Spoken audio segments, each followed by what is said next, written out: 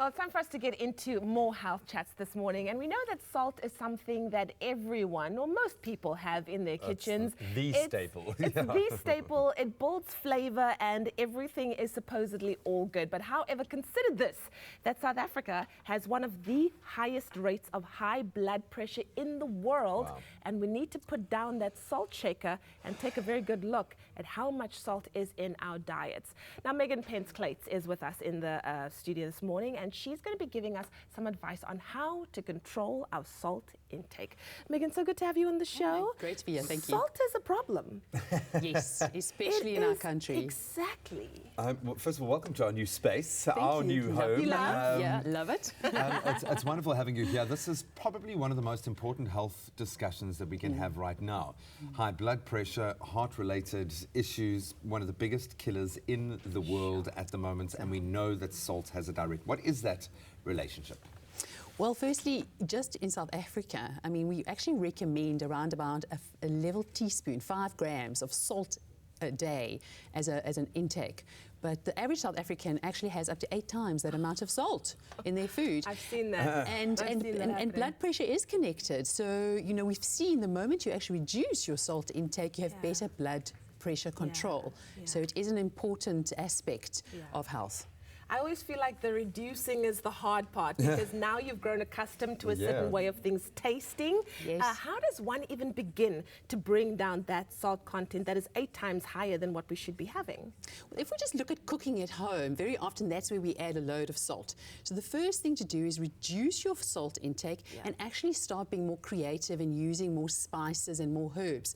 But it's quite important to note that some of your spices and herbs actually are a combination of different spices. They've still been beefed up with salt. Yes, so be very aware of that. I think you've hit the nail on the head there. It's seemingly innocuous because it can come in so many different forms, and unfortunately the most at-risk communities, often those that don't have the money to be able to branch out and experience more tastes or experiment with more, are taking in larger amounts because they are hidden in so many different things. What are the big dangers? Where is salt sneakily hiding away? Absolutely. So just to give you some idea, foods like breads that we often eat and is a staple in our country can have a high salt content if eaten too much. You're also looking at soups and gravies.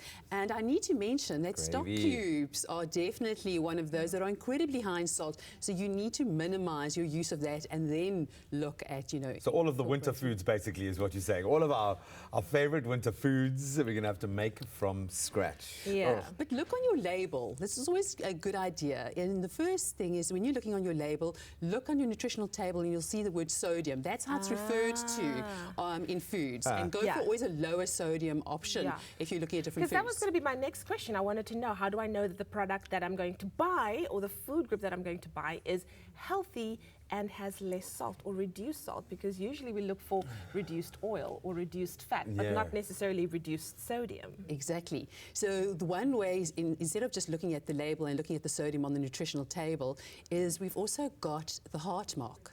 And the heart mark from the Heart and Stroke Foundation, they've already gone and they've actually investigated and looked at it for us. That's awesome. And so some of the BWELL products you'll see do actually carry the heart mark, and that's an indication already of a healthier product with a lower sodium content.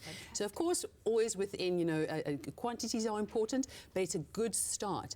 And then if you look at your label, and very importantly, choose foods that are mostly fresh. In other words, you know, reduce your actual processing of know foods. what's going into it. Yes, and put away that salt shaker and rather bring out some more herbs and spices and be creative. You're probably going to be really doing a good job in terms of your sodium intake. And take on board that as a consumer, you force producers to make conscious choices by what you buy and the choices that you make. So have that in mind. But I think just to bring this all to a head, why is it so important? Just and be realistic here. How dangerous is high blood pressure, and why should people be more conscious of salt? Because I can guarantee you 9 out of 10 people watching this are rolling their eyes going, it's salt. Just a little bit of salt. Yes, and it's sometimes very hard for people to actually get rid of what we call that salt taste. But the good news is just to say to you, is that over a period of time, if you reduce your salt intake, you actually lose that taste for salt. So yes, so if you would taste that in a few weeks' time, the same quantity of salt, you'll find that it would be too salty for you. But to answer your question, it actually can lead to more serious problems, health problems, such as obviously heart disease, looking at things like heart attacks, strokes, etc. So it's a very important thing. So when you've got high blood pressure, or even to avoid it, to actually look at your salt intake. Wow. And heart There we disease, go. believe it or not, has actually surpassed even smoking now, and a lot of the big villains that we like to point a finger at. So please be conscious, be very conscious of what you're putting into your mouth. Exactly. We want to thank Megan. If you are looking for great recipes that are rich in nutrients and easy to prepare, then why don't you visit bewellfoods.co.za to download one of their free digital cookbooks.